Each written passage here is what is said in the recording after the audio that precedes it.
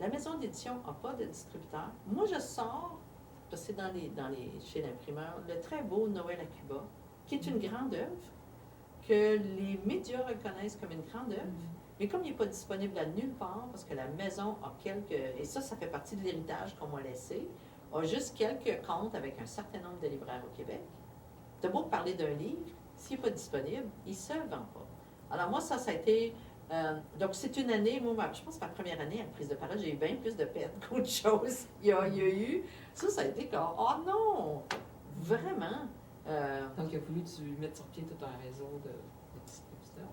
En fait, ce qui est arrivé, c'est que c'était compliqué de se faire distribuer. Puis quand il y a des changements, puis je ne connais pas assez le milieu de la diffusion-distribution à l'époque, mais c'était pas facile d'avoir un diffuseur.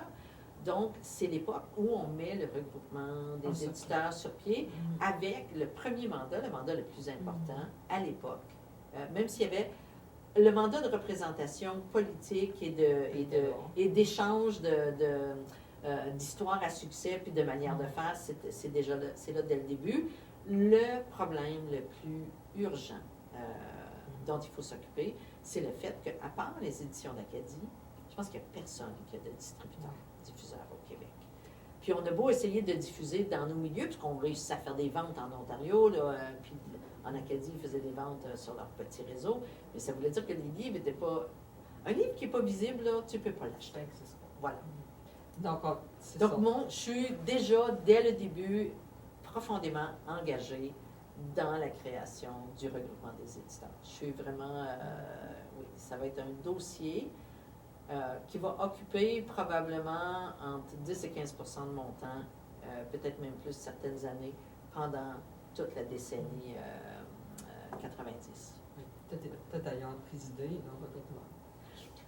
Oui, mais les premières années, on n'a pas. Les 10 premières années, il n'y a pas de permanence. On publie livres-disques, etc.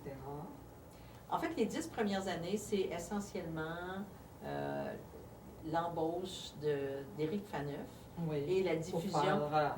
La commercialisation des œuvres au Québec. Oui, avec un contrat avec Prologue, qui est le distributeur.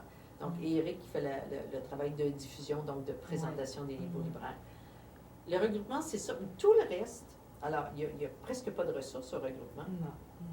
Donc, Marcel Ouellette, qui est aux éditions d'Acadie, moi qui ai la prise de parole, et différentes personnes du Blé, parce qu'on a été vraiment, et Gilles Leroux du CEPA, appuyé par Lise Leblanc, on est, qui est alors à la Fédération culturelle canadienne-française comme agent de développement ou agent oui, pour aider, en fait, des organismes comme le regroupement à se mettre sur pied.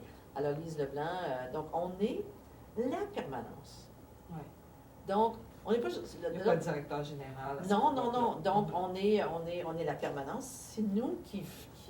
Tout ce que Éric Faneuf ne fait pas, lui, il fait juste... C'est les éditeurs. C'est les éditeurs, à tour de rôle, et chacun son dossier. Donc, il y a eu quand même plein de missions de représentation au Québec, entre autres, par rapport à la loi 51, puisqu'on sait que par rapport à la loi québécoise, on est considéré comme de la littérature étrangère, en vertu de la loi québécoise sur la librairie et l'édition. Donc, là, on essayait de faire assouplir et modifier. Donc, il y a eu des tonnes de missions de représentation du travail de coordination des autres maisons d'édition.